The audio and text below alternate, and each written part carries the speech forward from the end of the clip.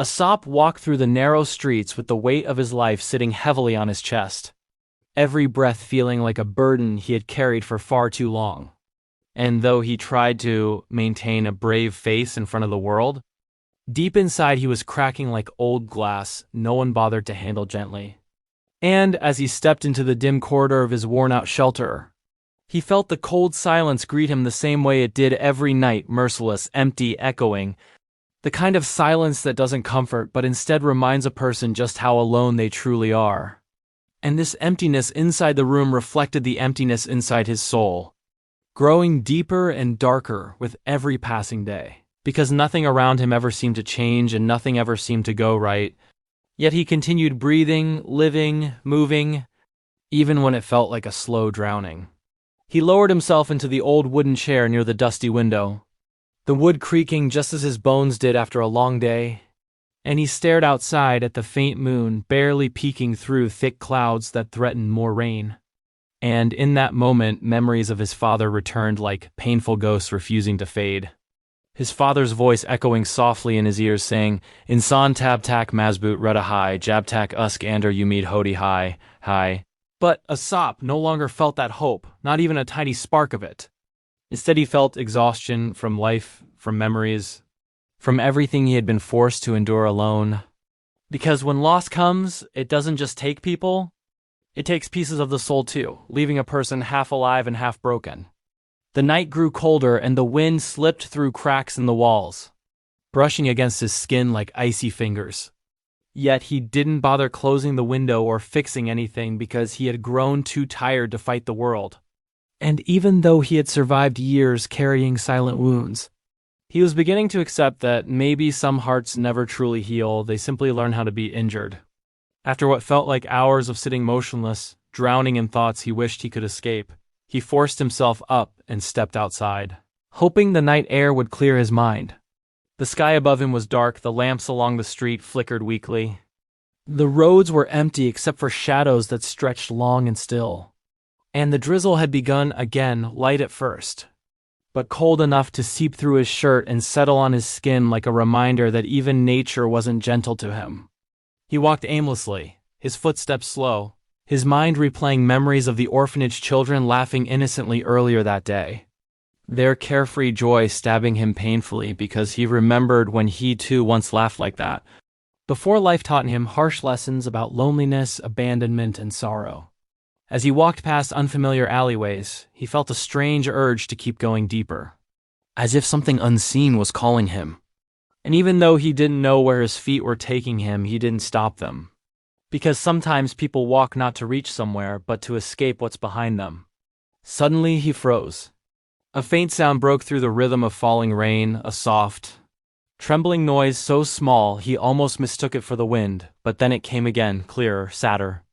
A fragile cry that held the same desperation he often felt inside. His heart clenched.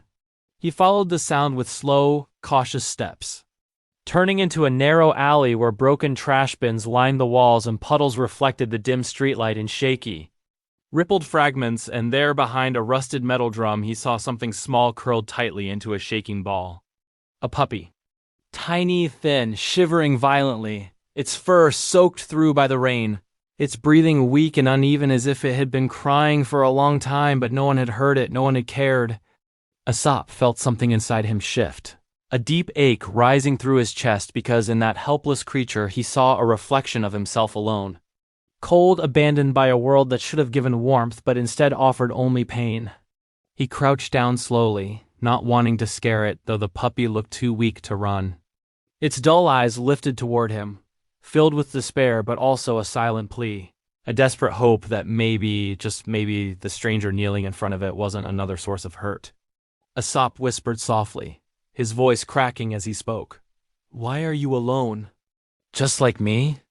The words slipped from him naturally, as if he wasn't speaking to an animal but to another broken soul who understood the weight of loneliness. He extended his hand carefully, expecting the puppy to shrink away.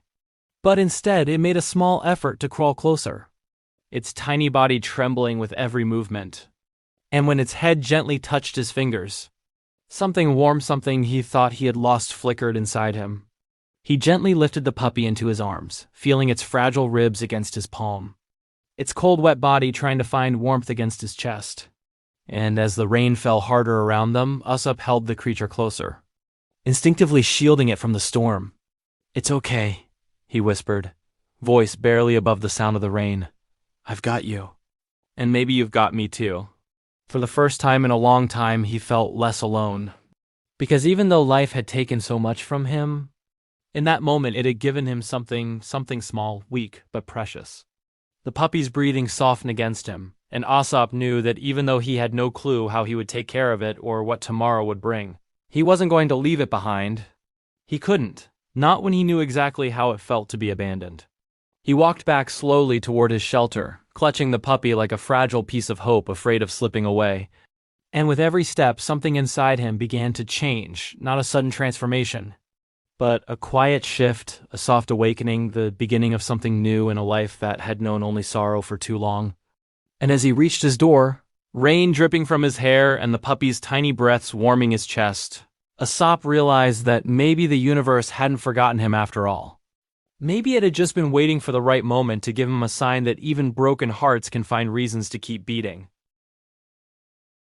Usopp pushed the door open with his shoulder because both his hands were wrapped around the tiny, shivering puppy. And as soon as he stepped inside the dim shelter, the warmth, or whatever little warmth the room still held wrapped around them, though the puppy continued trembling against his chest as if the storm outside had left fear stamped deep into its fragile bones, and Usopp felt an unexpected surge of protectiveness rise within him, stronger than anything he had felt in years. A fierce determination that this little life should never feel abandoned again the way he had. He sat on the chair with the puppy still in his arms, letting the soft rhythm of his heartbeat calm the tiny creature. And for a moment he simply stared at the puppy's face, small and weak and innocent, with eyes that held stories of hunger and loneliness. And somehow the pain in those eyes mirrored everything he had been carrying silently for so long. He whispered gently, "You're safe now," though he wasn't sure if he was saying it for the puppy or for himself, because for the first time he felt like maybe he wasn't entirely alone. Maybe life had placed this fragile being in his path for a reason he didn't yet understand.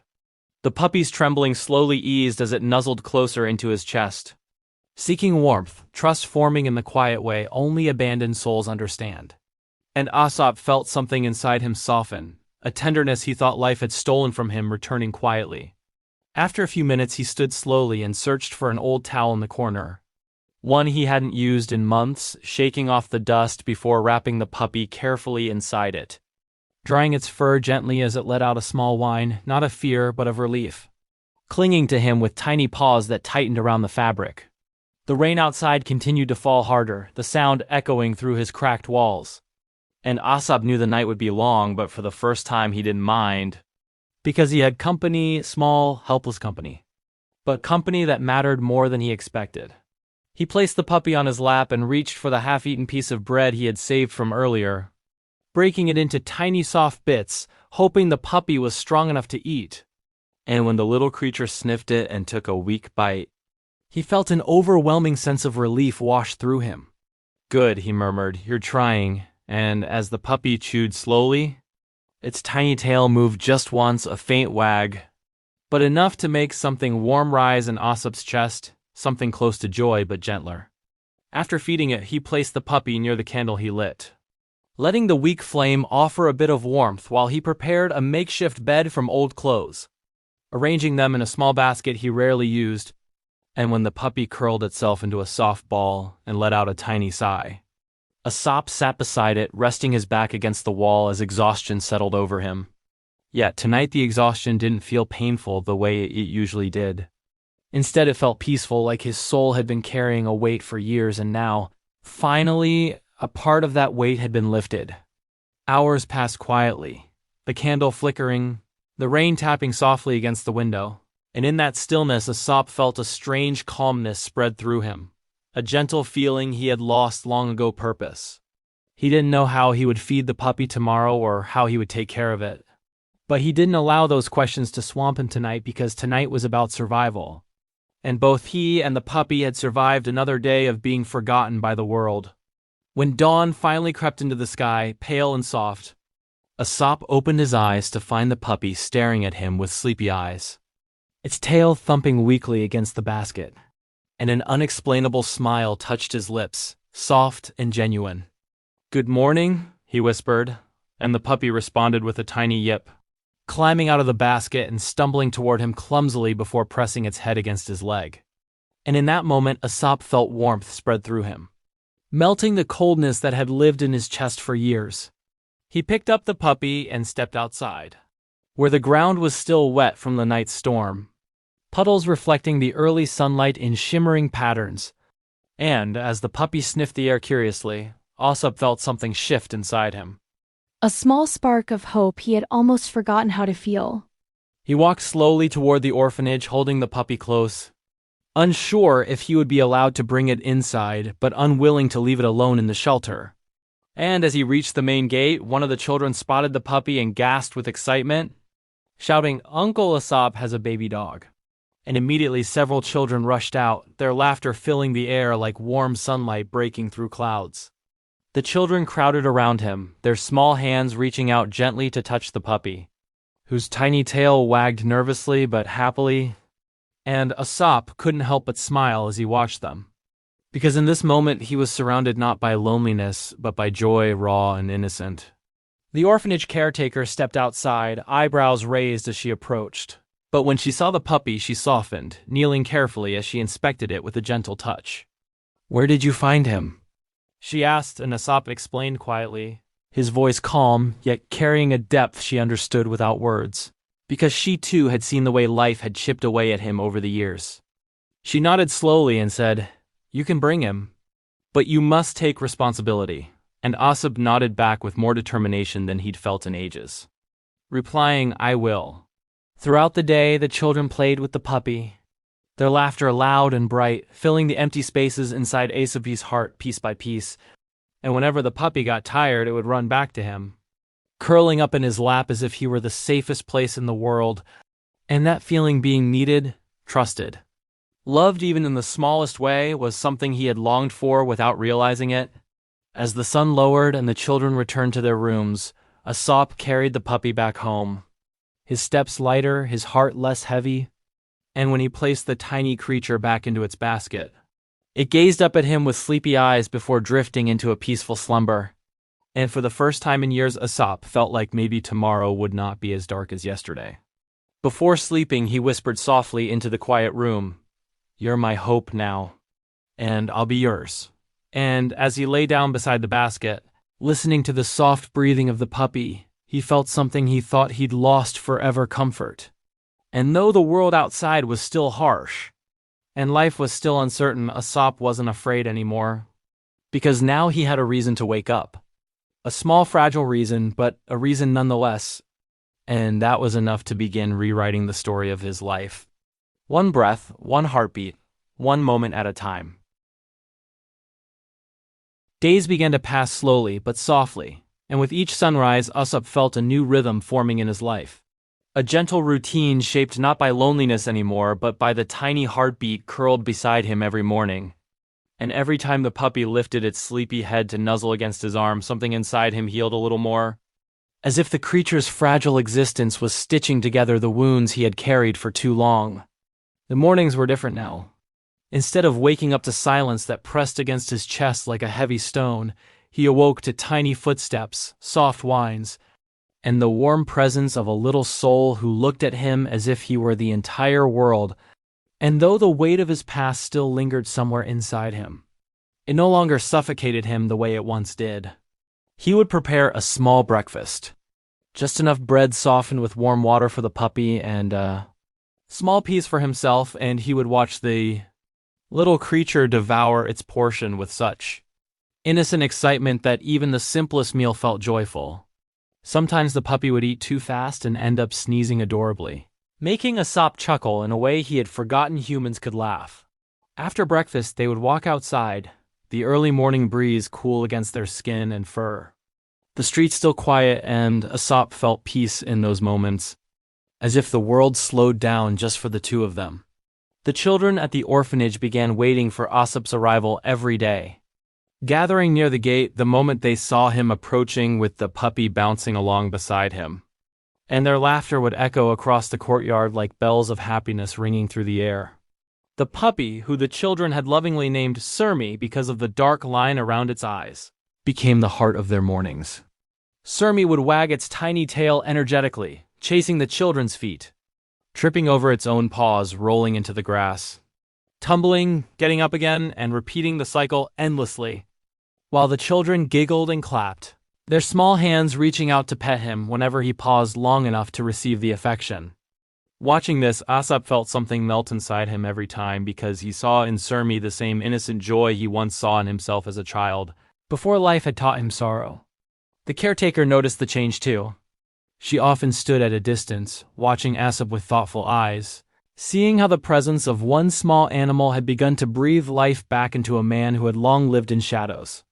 Sometimes she would say softly, "You smile more now," and though Asap never replied, he knew it was true because every time Surmi ran back to him, pressing its tiny body against his feet or looking up at him with trust-filled eyes, he felt warmth spread through him like sunlight breaking through dark clouds. But even joy brings challenges. One afternoon, while the children played in the far corner of the courtyard, Surmi wandered toward the gate, squeezing through a small gap too tiny to be stopped by the old iron bars. Asap noticed too late. His heart dropped as he saw the puppy stepping into the street where cars rushed by without mercy. He ran faster than he had in years, shouting, "Surmi!" with fear tightening in his chest like a fist. The children screamed, the caretaker gasped, and everything seemed to blur for a second. A car sped toward the little creature, horn blaring, tires screeching as the driver tried to slow down, but Surmi froze, too frightened to move. Asap lunged forward, grabbing the puppy just seconds before disaster, rolling onto the ground with Surmi clutched tightly in his arms as the car swerved past them, missing them by inches. The children cried in fear. The caretaker rushed forward. The driver yelled angrily from the window before speeding off again. But none of that mattered because Asap was inspecting Surmi with trembling hands, breath coming out in sharp, shaky gasps. Surmi shook violently, frightened but unharmed, and as soon as it realized it was in Asap's arms, it buried its tiny face into his chest, letting out soft, scared whimpers.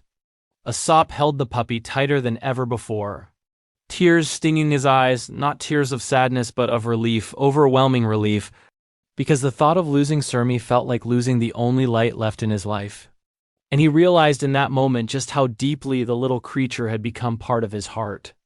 The caretaker helped him sit down. The children gathered around crying and hugging Surmi, and Asap whispered over and over again, "It's okay. You're safe. You're safe now," his voice heavy with emotion he could barely control. That evening he didn't let Surmi out of his arms for even a moment. He carried the puppy home, holding it like something fragile and priceless, whispering soft reassurances in the darkness of the street as Surmi rested its head against his shoulder. When he reached his shelter, he closed the door tightly, blocked the small gaps under it, and placed the basket right beside his own bed instead of in the corner. Surmi curled up in the basket but kept lifting its head to check if Asap was still there.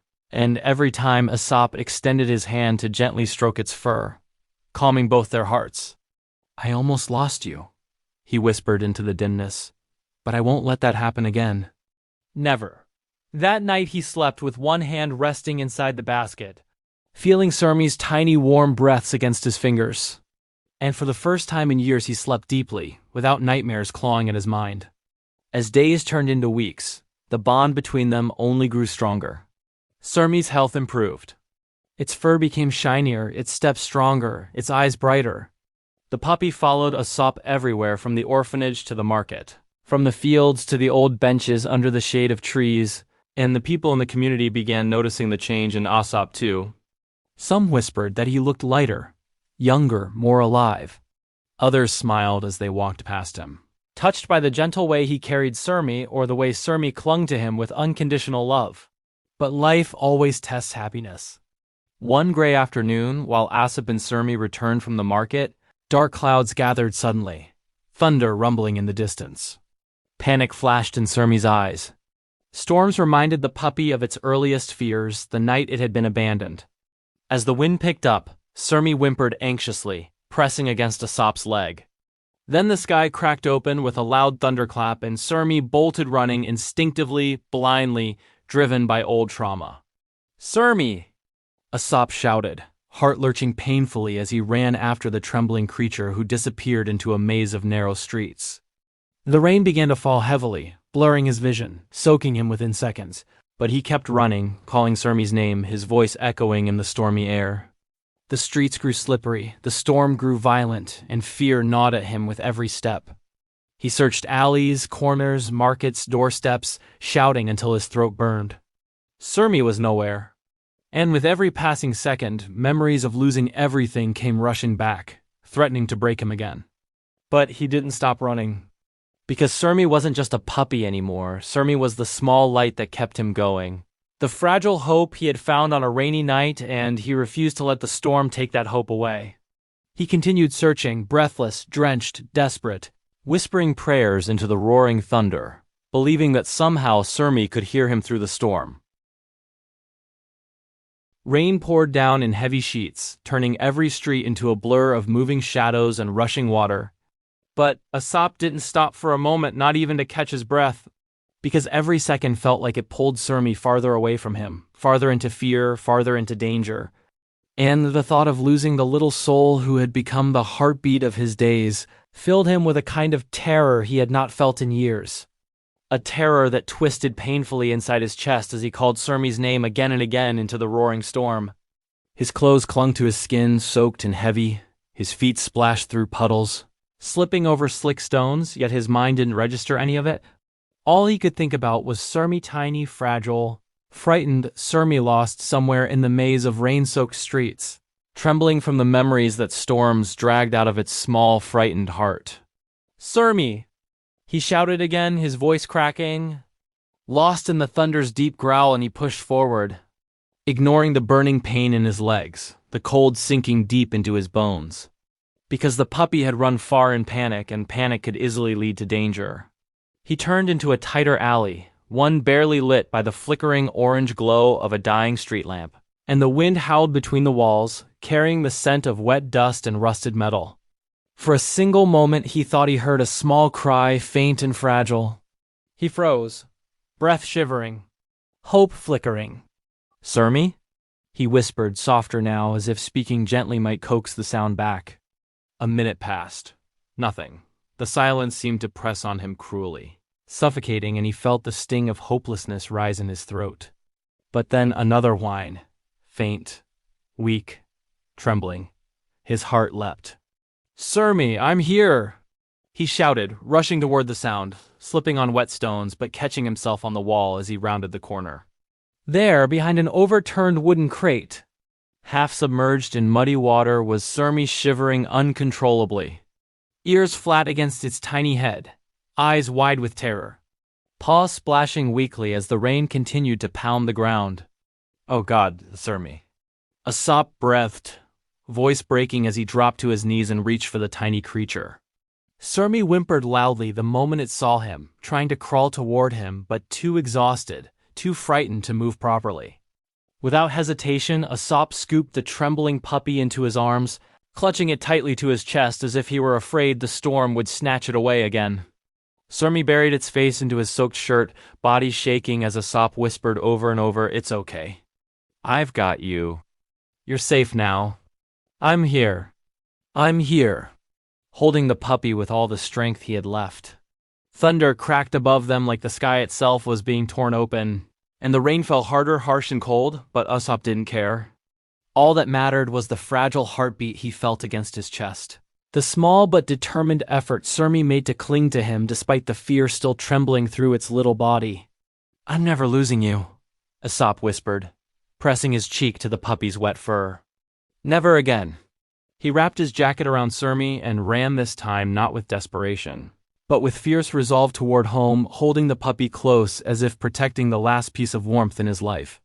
When he reached the shelter, he closed the door behind him with trembling hands and rushed to dry the puppy, rubbing it gently with a towel, bringing it close to the warm candle flame, whispering comforting words nonstop.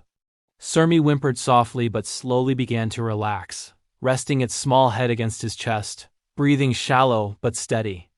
The caretaker and two of the older children arrived minutes later, worried faces pale from fear after hearing that Surmi had run away, and when they saw the puppy safe in Aesop's arms, relief washed over them.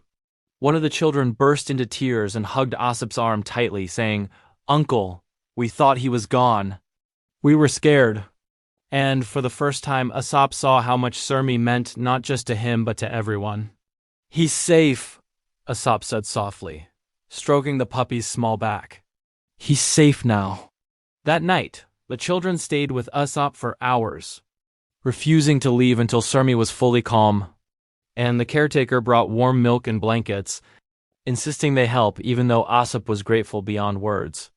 Aesop sat beside Surmi's basket long after everyone had left, watching the puppy sleep soundly, its breathing peaceful, its paws twitching slightly as if dreaming of something gentle at last, and he felt tears slip down his cheeks, not of pain but of pure, overwhelming relief.